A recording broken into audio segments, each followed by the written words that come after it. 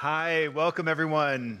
I'm Frank Fort with The Atlantic, and we're here today to talk about the geopolitics of sports. And I think we would be naive to imagine that sports and geopolitics have been disconnected until recently. Of course, there are all these epic examples from our past, going back to the Berlin Olympics of 1936, and probably even before that, about the ways in which sports and politics have been inextricably intertwined. But in the last decade or so, we've just had a succession of major sporting events where it's just been blaringly clear that sports is being exploited for political purposes. It's a tool of geopolitics. We had the Sochi Olympics in 2014, China's Olympics, we had Qatar's World Cup, and there's certainly all these events in the future. And we have two incredible guests with us today. We have Ashley Huffman, who is the top US sports diplomat. She works at the State Department, and we'll have her explain her job. But she is essentially the envoy for sports on behalf of the United States. Pretty much the most apt guest we could have. And Tariq Panja, who is an investigative journalist with the New York Times, who has written really some of the best work about the ways in which this convergence between sports and geopolitics and their manifestations in golf and football. And I just wanted to begin this discussion by just talking topically, and then we can get into some of the underlying aspects of this. And Tariq, in the news, we have the Saudis getting deep into golf and the Saudis getting deep into soccer, spending incredible sums of money to buy some of the best talent in the European game. And I just hope that you could maybe just describe what they're doing and contextualize it a little bit for us. Like, why have the Saudis at this moment in time decided to get so deep into golf and soccer? Morning, everyone. It's not just golf and soccer, that's the thing. I think they're getting into absolutely everything. There was a piece of news last week. Some people say it's not a sport. I don't think this is a sport, but they invested $8 billion into esports.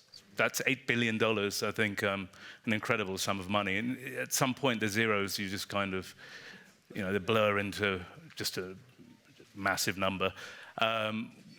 Golf is the kind of biggest story in a way, because for me, and other people might say differently, they've basically bought an entire sport. I don't think we've ever seen that before. We've seen countries try and host Olympic Games, like you said, other events. They invest in teams in Europe. We've seen Qatar and the UAE. But the golf story is really interesting in the sense this is the professional, the profession of golf. So all the professional players will now be under the banner of a joint venture which is going to be funded by the Kingdom of Saudi Arabia. So the platform that delivers Saudi Arabia is quite significant, and the rooms that they can get into. I mean, golf's, I would say, apologies to real golf diehards, but quite a niche sport, I think it's fair to say. But the people who like golf are quite important people, not to mention your former president, who has kind of cheerleaded this alliance on and stands to benefit from it. So that's one room they're already in. But again, it gives you that access to important people, and it also plants your flag.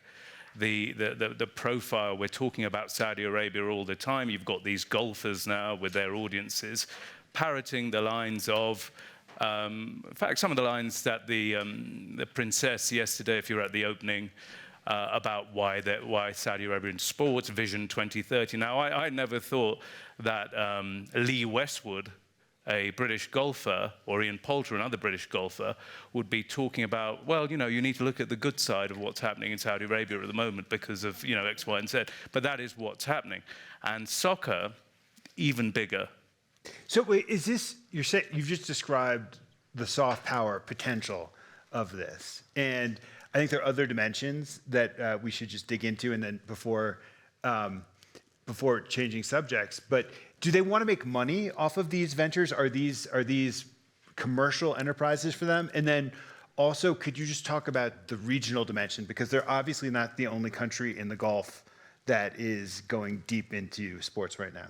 Yeah, Saudi Arabia under Mohammed bin Salman has this post-oil plan, Vision 2030, diversifying the economy. Sport and entertainment is a pillar of this, plus they have got a young population. So they want to create a professional sports environment, both for providing jobs for their population and for investment opportunities. Most recently, we've got the Public Investment Fund, which is the Saudi Sovereign Wealth Fund. So all of these things, essentially, I mean, for me, it would be a bit of a worry if I was running this thing. A guy called Yasser Al-Rumayyan is running this, and he's in charge of all of these things. And one of the pillars is sports. And last week, it was announced that the PIF would take a 75% stake in the 4 biggest Saudi Arabian football teams, with a view to professionalizing them, increasing their market value, and creating an investment opportunity for other people to buy. However, the cost of this is insane. So the players that they are buying are being paid. So we have a guy called Karim Benzema. If you like football, you might have heard of him. He was Player of the Year last year, but an aging player, 33, 34, probably past his prime. He'd been at Real Madrid for 9 or 10 years, and Real Madrid is the biggest, is the Dallas Cowboys of football, if you like. So he's well paid there for about a decade. I spoke to someone last week, and they told me he's going to make, in a year in Saudi Arabia, more than he made in his entire career, and he was one of the best paid players in soccer. So is it an investment that's going to pay off? I don't know.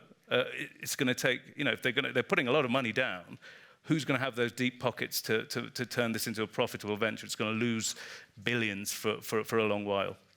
Ashley, I want to pivot to the very practical way in which you've been enmeshed in all of these issues. So I think a lot of people here would be maybe somewhat surprised that the State Department has a position devoted to sports diplomacy. So could you just describe what it means to be the top American diplomat for sports, and could you describe how one becomes that? Yeah, great question. I'm still just trying to process being 34 and past your prime. So I'm like, wow, okay, this is devastating news to start. But yes, I was... That comment got Don Lemon fired. I was a college basketball player. I studied, my master's degree was in sport administration and my PhD in sociocultural studies. And so, I don't know, people ask, how do you become the chief of sports diplomacy all the time? And I'm like, it's one happy accident after another, to be honest. I started with my first international basketball exchange to Wuhan, China. It's a little full circle at the moment. And I just knew in that moment that despite all of these differences on paper, we have different governments, we have different religions, we have different just ways and ideas of doing things, that when we were on the court as women, we had the same hopes and dreams, we had the same desires. And I thought, wow, what a great tool this orange rubber ball is for creating peace and just a conduit for conversation and the ways that we can see each other as humans. And so I just continued the work, and following one invitation after another, 35 countries later, I became the chief of sports diplomacy. And so what I think we do in our office is the best kept secret of the government. And I just think it's definitely the coolest job in the government. And so we are essentially former athletes who studied international relations and speak sport to the gray suits on the Hill. And we talk to the White House, and we serve as a convener between the sports leagues and as a liaison, as an advocate for the sport ecosystem with policy makers and also the White House. So could you just give a concrete example of how that manifests itself in terms of maybe dealing with some of the international governing bodies of sports, or just could you describe one or two of the issues that have really risen to the fore during your tenure? Yeah, so originally we were created in 2002 in response to 9/11. It was how can we use soccer to reach young boys in the Middle East and promote mutual understanding? We've evolved from international sports exchanges, which we still do, and we do a lot of them, hundreds each year, and that's really our soft power bread and butter.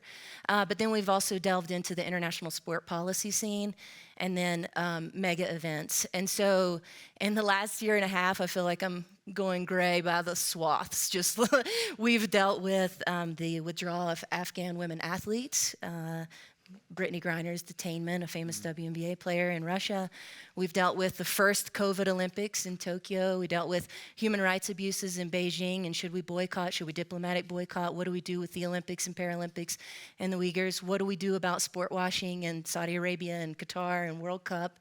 So it's just been a lot, and all the while in the background, we're also going to host, as the United States, 4 mega events and potentially 6 in the next 10 years. So what is our public diplomacy strategy as the world comes onto our soil? And, you know, for the last 10 years, it's been Russia and China really dominating the mega event space. And so now when we welcome folks to the United States, what does that mean? And what is our plan? And how do we ensure that our values are expressed? What is our plan?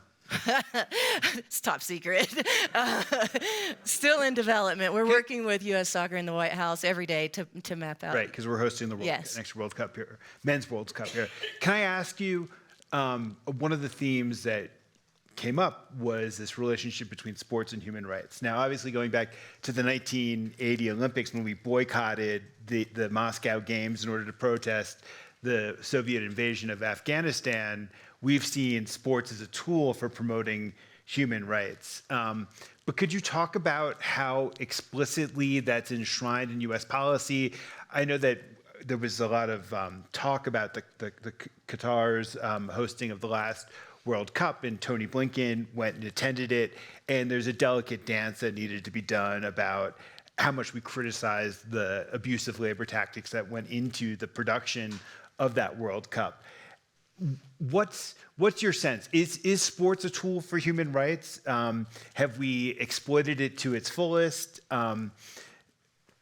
Yeah, it's a great question. I mean, I think you see the days of shut up and dribble are no longer in existence, and they never really existed. From Muhammad Ali to Colin Kaepernick, Billie Jean King, you know, there are lots of athlete activists along the way that have changed our thinking on human rights. And so, you know, and at their time, in their era, were largely vilified for what they were doing and now celebrated as heroes. And so I think sport is a, if the Saudis keep getting involved, multi-trillion dollar industry.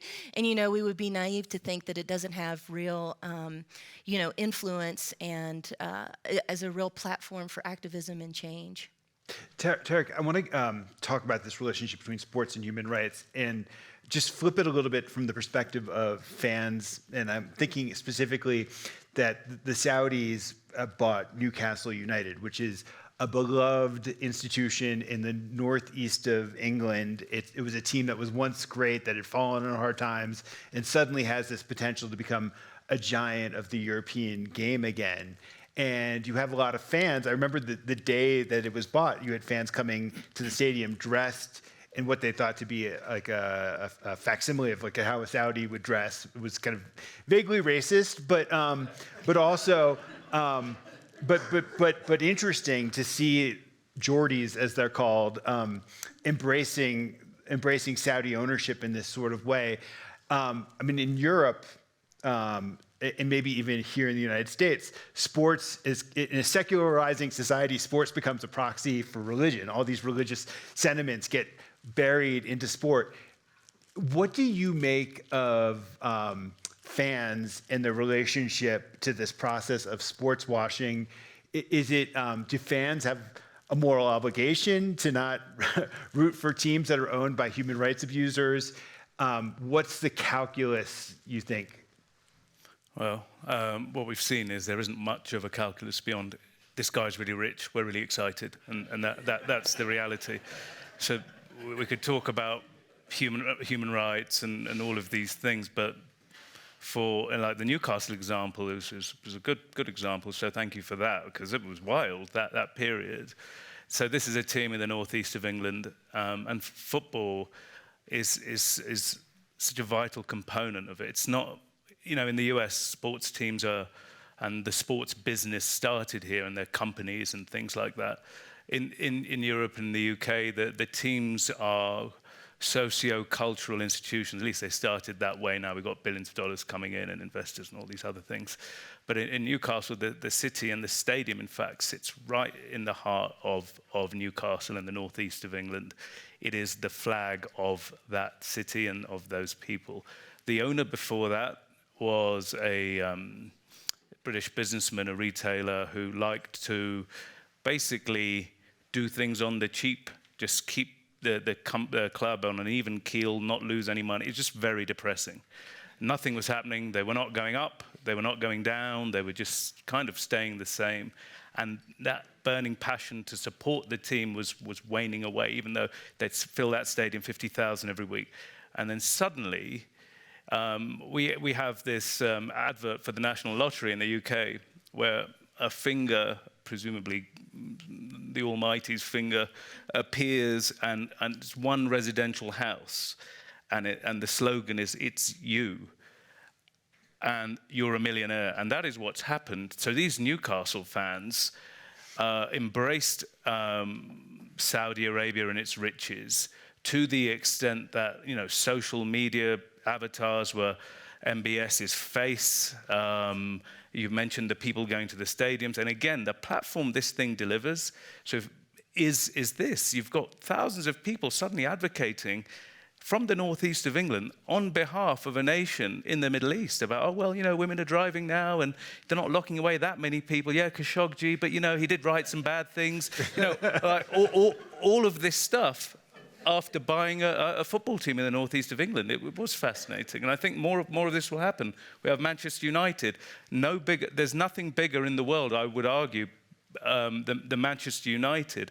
It is a symbol not only of Manchester, but of England's soft power in a way. The Premier League is really important, and there is a chance that Qatar will own Manchester United, and here we go again. You're already seeing it on social media.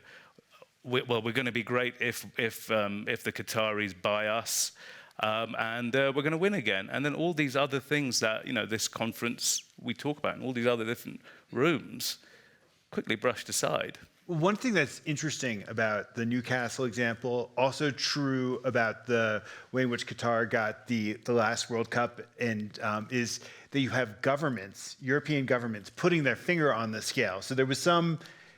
Correct me if I'm wrong, but there was a lot of resistance within the Premier League to Saudi Arabia coming in and capturing Newcastle United, or some resistance initially, because you could see what would happen when you have nation states that become owners of sports clubs. The amount of money that you can invest if you're an oil-rich nation into the game will quickly outpace what even billionaires are able to spend. Yet the government, it seems like, probably advocated that the Premier League make it happen. And the same thing was true with Sarkozy, kind of put his finger on the scale for the. Yeah, absolutely.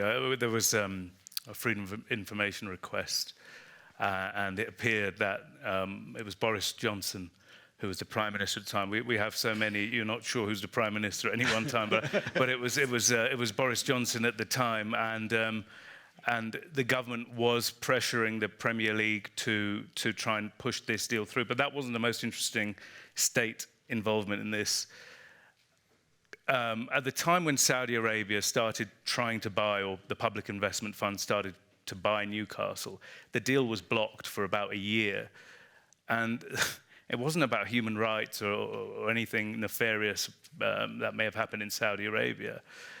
Saudi had led a blockade of its neighbor Qatar around that time, from 2017-18. But Qatar was the biggest customer outside of England of television rights for sport in Europe, and that includes the Premier League. The Saudis essentially stole their TV station, the Qataris allege, launched a pirate version of this. I mean, it really is. It's quite naughty what they did. It's like kids wobbling in the, and then they just pushed it out for free into the world. So the Qatari TV channel was called Be In Sports. The Saudi equivalent was called Be Out Q, so not much, we know what they're doing. And anyway, so this thing was going on, and the deal got blocked because the Qataris were pressuring the Premier League to say, how can you sell a football club in our top league, in your top league, when they're stealing your rights? And then suddenly this whole thing got unblocked because a jet plane landed, I can't remember, somewhere in the Middle East. The Emir of Qatar went down the steps, gave MBS a cuddle, and then the deal is now on. Saudi Arabia owns the Premier League team. A statement is released that said the Premier League has got legally binding assurances that the state of Saudi Arabia will have no direct involvement in this. But that's quite hard to understand because the Public Investment Fund is a sovereign investment vehicle, and the clue's in the name. So we don't know what happened there. Ashley, when obviously the U.S. Justice Department is now taking a good hard look at the Gulf deal. But as a matter of foreign policy, does the United States have a view on the Gulf deal? No, I mean, yes, but it's complicated, right? Like, it's complicated. And, just to your point, I was thinking, so hometown team is owned by Monumental Sports, the Washington Wizards, the WNBA team, the Mystics, the Caps. The Qataris just bought a minority stake in Monumental Sports. And I remember going to a game 2 years ago, and at halftime, the benevolent United States received a check to a nonprofit in the United States from the Qatari government. And I'm like, wow, we are now charity of the Qataris. This is so wild. And I just remember my mind being blown. And then all of the Live Golf things started exploding. And, it's regional. And the UAE is also involved. And they're hosting, NBA games in October. And there's just a real push, and I don't think U.S. government has it totally figured out. But I also think, yes, we have opinions, but we don't govern sport. So we don't have a ministry of sport, which is also unique to the United States. So without a ministry, what does someone like the sports diplomacy, what authority do we really have? In the sense of, the U.S. Olympic and Paralympic Committee, we work hand in hand with them, but we don't govern them. And we also don't govern our domestic sports leagues or the NCAA, which governs college sports. So those are nonprofits. They don't receive funding from the government. So you don't really have total power. You have to build the trust and have the relationship to guide and give some give and take. Like, here's how we feel as a government. Here's how we feel as a sports entity. And where can we find common ground, even within the United States? It's really interesting, this idea that we're exceptional and lacking this element of sports governance. What are we missing by not having a sports ministry like other nations do? Wow, there are so many issues that we're not involved in, and things that came across my desk that it's beautiful but complicated. So when we're trying to decide something like, should the Russians and Belarusians be participating in Paris 2024? It's talking to regional bureaus, it's talking to the National Security Council, it's talking to so many different entities that have stakeholders. So it's understanding the intel that's coming from the ground and then negotiating with our counterparts in the sports world to try to come up with policy. And so I think without a ministry, things like doping, who manages that?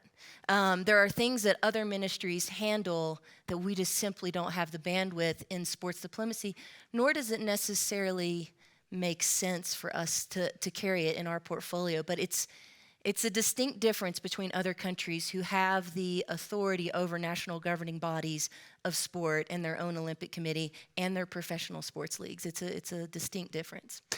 Just to play devil's advocate and maybe the flip side of this, I'm just thinking about the Justice Department's investigation into FIFA and the way in which this massive scandal that was sitting there in clear view of the rest of the world, which was that there was massive corruption at the heart of soccer's governing body, and the world didn't act, but the Justice Department was able to ultimately act. And I wonder if there wasn't something about the independence of sports from government. There wasn't this cozy relationship that you have in these other countries that gave us the ability to come in and shut it down.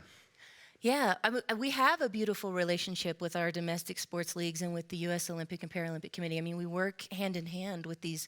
But, domestic sports leagues are sovereign entities. They're American businesses. And so, we have as much control over American businesses as Google, as Microsoft, as any of the people that are sponsoring this event. And so, when you think about that, and then with the FIFA example specifically, do we send Secretary Blinken? Do we not? What message does that send?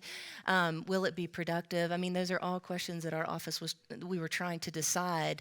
And how do we solve things if we're not in conversation? I want to ask you both to answer the question of empirically whether sports is actually the bans, are they actually valuable tools for inducing change? So I guess sanctions, for lack of a better word. So when we've banned Olympians from coming from Russia or from other countries, or forced them to play without playing beneath their flag, is there any evidence that induces change? I think it's hard. With the Russia situation specifically, the UK was the leader in convening 36 like-minded nations. And so, Japan, Korea, Australia, Canada, and a lot of European countries plus the United States to talk about allowance. What does it look like for Russia to compete? Well, okay, Russia has invaded Ukraine. There are 262 Ukrainian athletes who have died. There are 363 Ukrainian sport facilities that have been bombed out.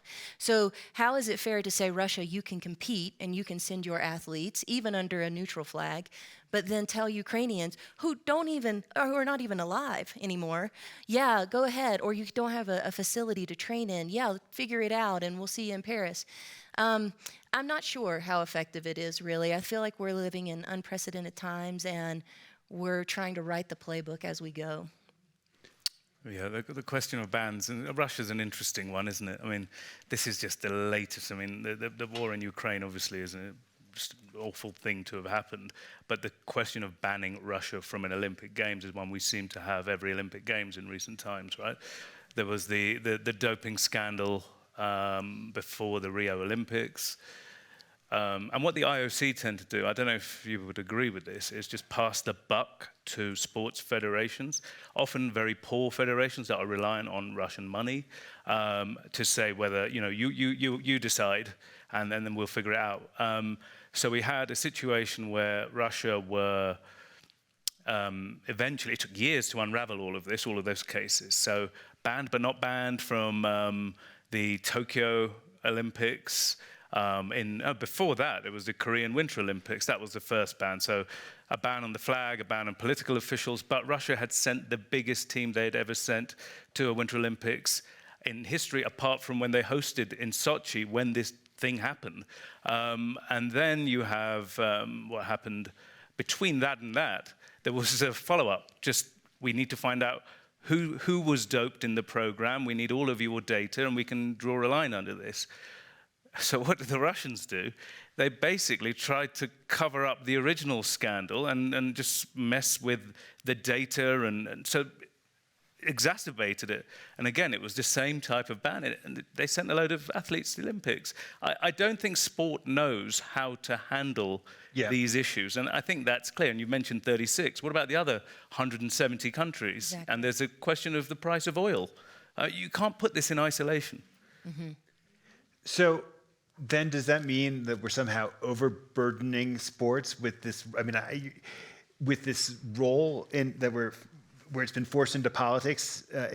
Should we, is there a limit to the politicization of sport? I can phrase it differently.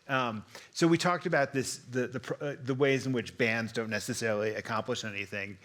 Let's look at the WTA's relationship to China, because that seems like there was an example where possibly pressure briefly, meaningfully mattered, but then the pressure dissipated, and it seemed like a major lost opportunity when the pressure dissipated. Yeah, so that was the case of paying the tennis player. The WTA took, I guess, a stand, one of the few. I can't think of any others. Mm-hmm. The NBA certainly didn't back up their guy. forced. It's embarrassing and humiliating for China and for the IOC. I think it was around the Beijing Olympics. So Thomas Bach slightly uncomfortable around it, and we see. I don't want to say it, but it felt a bit like a hostage video. She's alive. It's okay. A year or two goes, and the WTA need this money. These, when we talk about big sports like NFL, and this is huge money, billions and billions of dollars. But for most sports federations, a few $1 million, one sponsor is a big deal. And for these countries, they know this, so they can get a lot of political leverage through very little in a way. And we've seen that. I wanted to ask you, actually, if you don't mind. Please. These sports organizations, FIFA and the IOC, they are a law unto themselves. There is nothing on top of them. There is no national government. There is no regional government. There is nothing. Frank mentioned the FIFA arrests, but it felt a little bit like you've got these bad guys, and there's that scene from Terminator 2, I think, where you sort of try and get him, and then he gets back together again, and he's back. FIFA's structure is exactly the same as it was before, just a few new faces, and they've said they've done all these reforms. Mm-hmm. Does something need to be on top? Like, who's looking? Yeah, there's very limited accountability. You know, the IOC is structured in a sense where there's a president and there's an executive board. But what people don't understand, they think that governments have more power than we actually do. When it comes to the autonomy of sport and who votes, it's not actually the United States as a voting bloc, or Russia or Argentina or Brazil. It is the International Sport Federation. So it's actually divided by sport. So what does USA Track and Field think? And how does that play into the International Federation of Track? So what's the vote for track versus swimming versus hockey, where, you know, we have 8% of our National Hockey League are Russian players. And so there's all of these dynamics. And you saw the NBA draft. I mean, we have very international major sports leagues, and 33% I think of Major League Baseball, almost 40% of the NBA. We have 12 or 15% of hockey. And so when you look at all of these international relationships that are happening, they're happening outside of their government. They're happening as their own business entity. And so does something need to be, US doesn't own sport.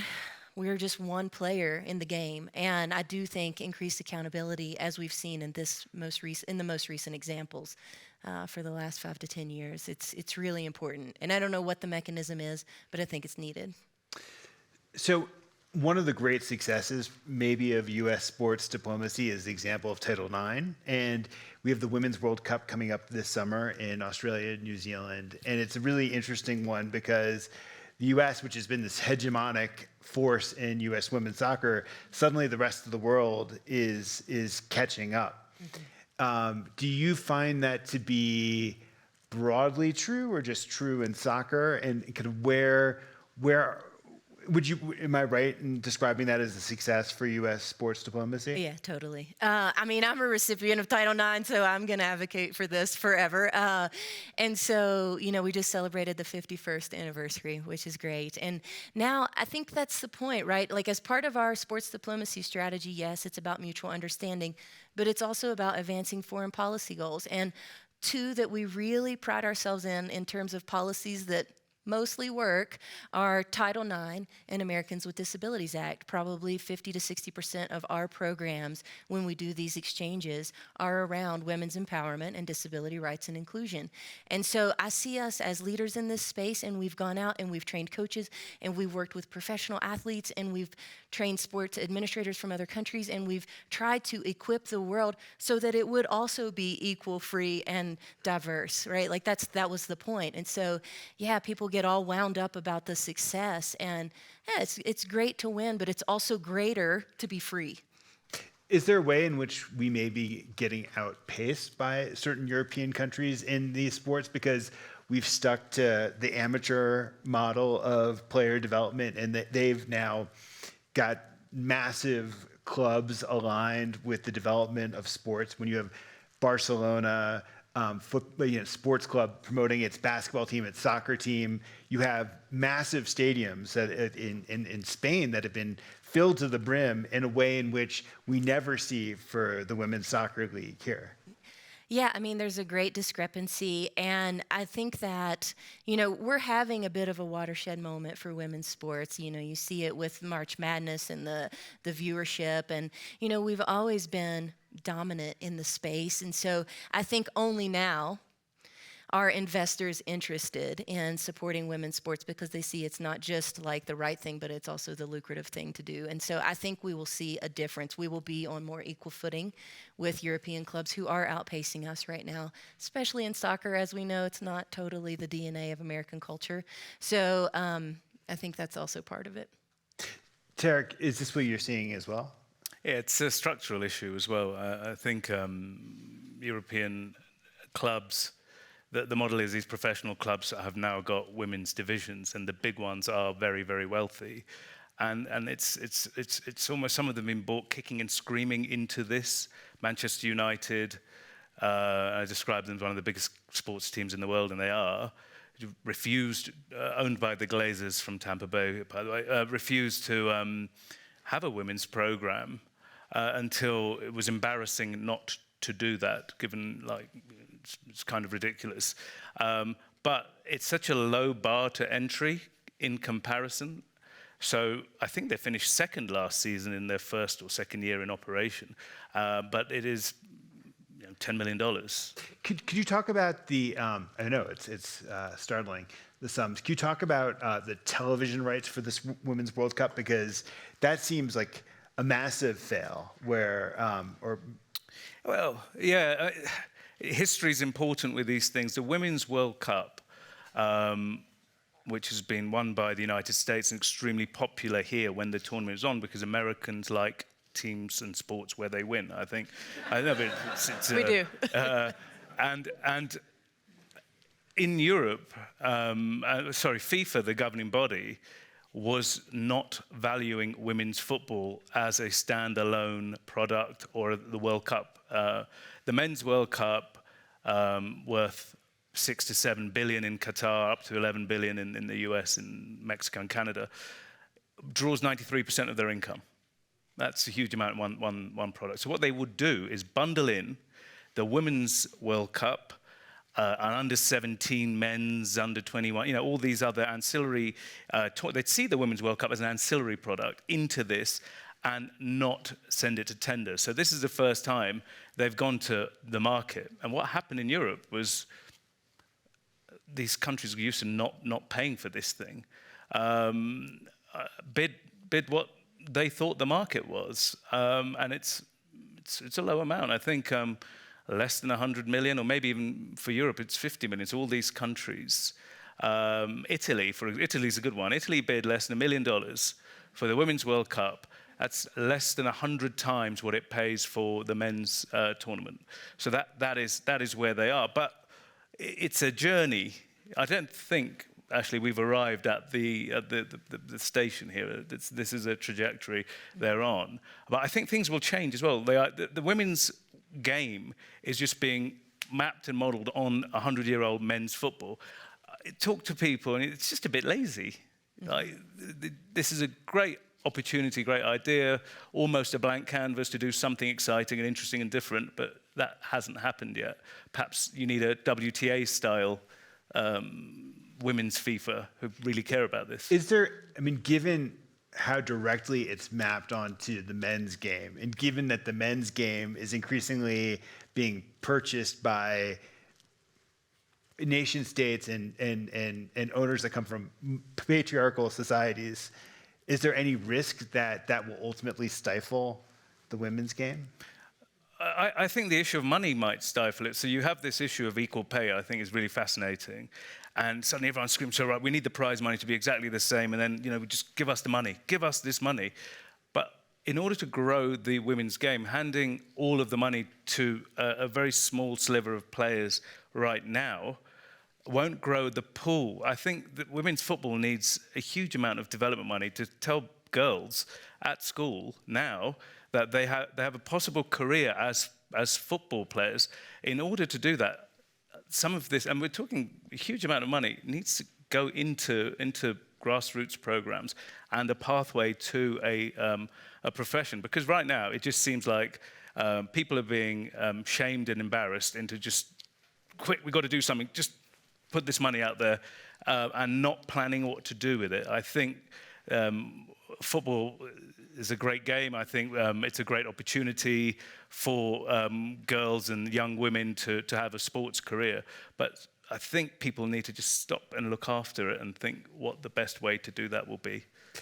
I have an inkling that if we turn over to the floor for questions, we're going to get a lot of them. So let's do it. Yeah. Hi, thank you. This was great. Laurie Tisch, co-owner of the New York Giants. Oh, right. And actually, I have a little Title IX story. I'll tell it if there's a moment. But I have two questions, and you can pick one or both.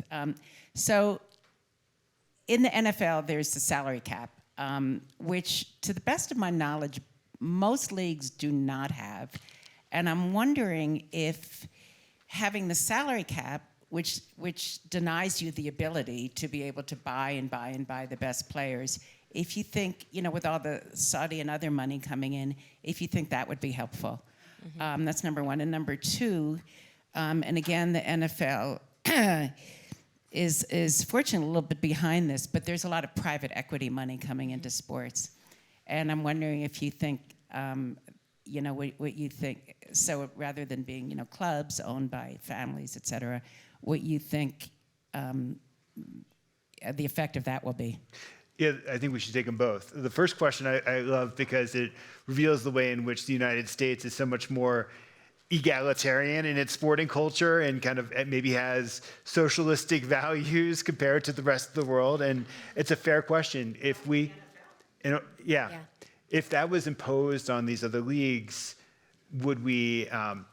What would be the effect? Is it worth doing? Fabulous. Great. Yeah. What makes sport interesting is the jeopardy, right? Any given Sunday and all of these things. What we've had in soccer for the last 10, 15 years and increasingly is a hoarding of talent. I don't think in any time in history has there been talent that is that good just sat on the bench. These are players who are incredible and could make a difference in other teams, but this hoarding of talent thanks to no salary caps, etc. But in Europe we have the issue of the European Union regulations on freedom of movement. You have the right to earn as much as you want. It's the labor regulations. The American owners, funny enough, because some of your friends probably own British soccer teams, I guess, because and they've been pushing for this type of thing, and it's hard to enact, but absolutely a great idea. And on private equity, terrible. No. Yeah, I have nothing to add. I would agree with him on both fronts.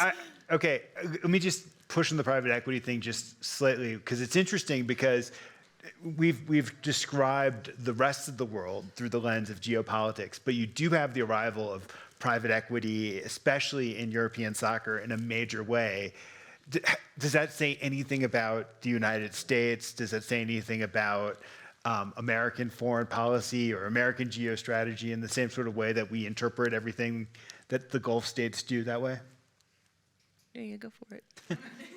I mean, not really, it's capitalism, right? I mean, but what it has, there's no heart or soul to any of this. These are largely opaque funds investing in what they see as a growth sector, trying to cash out when the value goes up, not really connected to any of the teams. And what we're seeing increasingly with the private equity is they are buying more than one team in soccer. So you have this issue of multi-club ownership. So you've got X fund owning Chelsea, which is owned by what's the name? Clear Lake.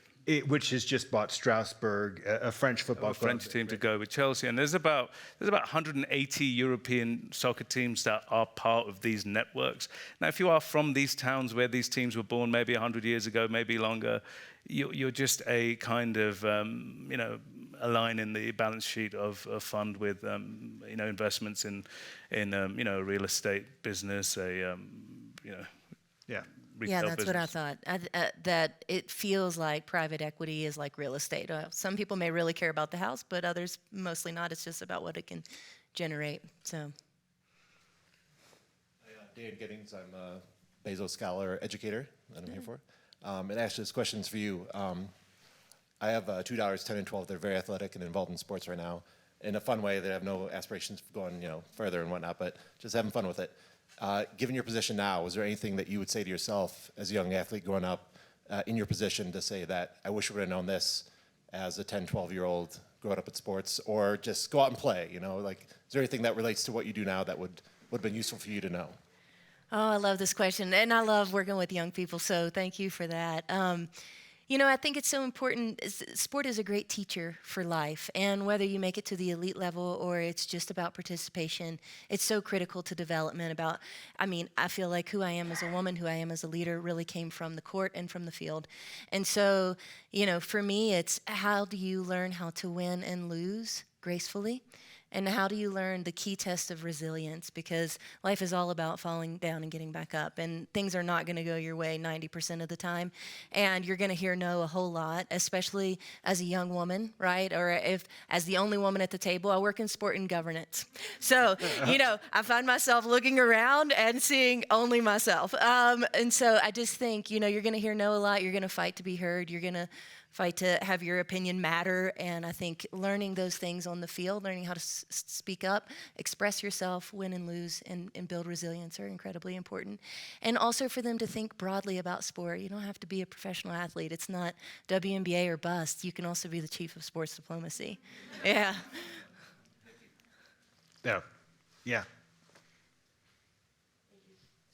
Hi, this has been great. Amelia Indelio Gundape. I'm a former Division I athlete for a very short period of time, but I played soccer at Marquette University. You mentioned the importance of Title IX and how disabled folks have really had the opportunity to advance in sports. And I'm curious what your stance is on race in this space. There are several instances of highly publicized black players, especially in soccer, Africans being abused and harassed on the pitch. And I'm curious where nation states can take a stance and how they can help to change that narrative.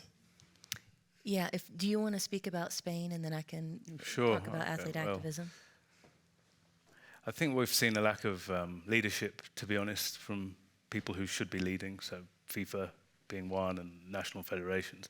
So we're talking about this again now because of Vinicius Jr., one of the best players in the world, very talented human being, top of his game, has been racially abused pretty much all season in Spain when he goes on the road, and it peaked at a game in Valencia recently, where the abuse started even before the game when the bus pulled in and then carried on in the stadium. He ended up getting a red card for his reaction. That's since been rescinded. But anyway, headlines all over the world, how could this happen? Well, it happens every week. This is really high profile. And then FIFA last week announced a task force that will include Vinicius Jr. To figure out ways to prevent these racist outbursts. But the funny thing about that is the current FIFA president, within a few months of becoming the FIFA president, closed down a task force on tackling racism, saying its work had been done. So the same guy, 8 years later or 7 years later, has now created another task force. Rather than some really punitive measures. Certainly, football can control its spaces, messaging all this thing, but closing down stadiums, hitting teams with points deductions, taking players out for money. This has to be taken out of the game, and the only way you do that is with really, really punitive sanctions. We just haven't seen that. Yeah, and I would say, change begins with all of us, right? When you have a platform of influence, it's important to use it. And I think we saw a lot of athlete activism in the United States after George Floyd. Racial justice and racial healing are part of our administration's top priorities. And so as the sports diplomacy chief, when I'm hosting or scheduling exchange programs, it's important for there to be representation and visibility and real lived experience so there can be conversations towards understanding. I mean, it's my responsibility to send out American athletes abroad, right, on these sports exchange missions, and they should really look like the United States of America, and it should not be a censored conversation. It should be something that's real and can talk about the ways that we have succeeded in some regards, and then the ways that we still have a long way to go in the United States, and just being really frank about that. Do we have time for one more? Yeah.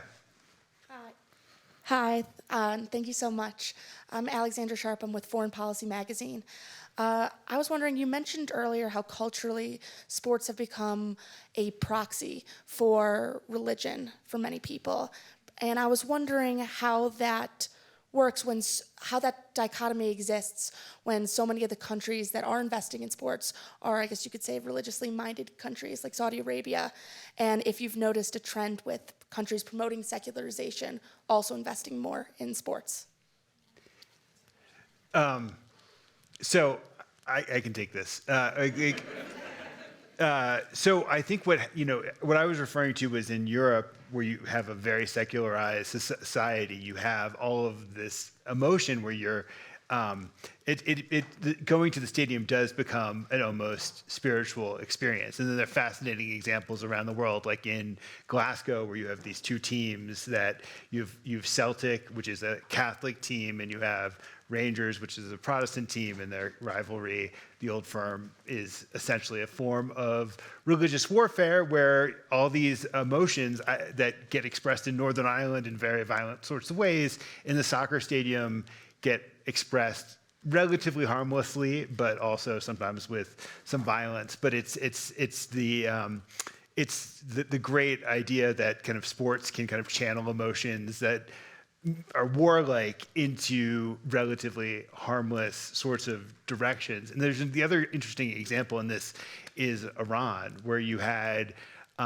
in the 1998 World Cup, you had a lot of anti-regime sentiments being expressed because soccer represents a nationalist idea of Iran as opposed to a religious idea of Iran.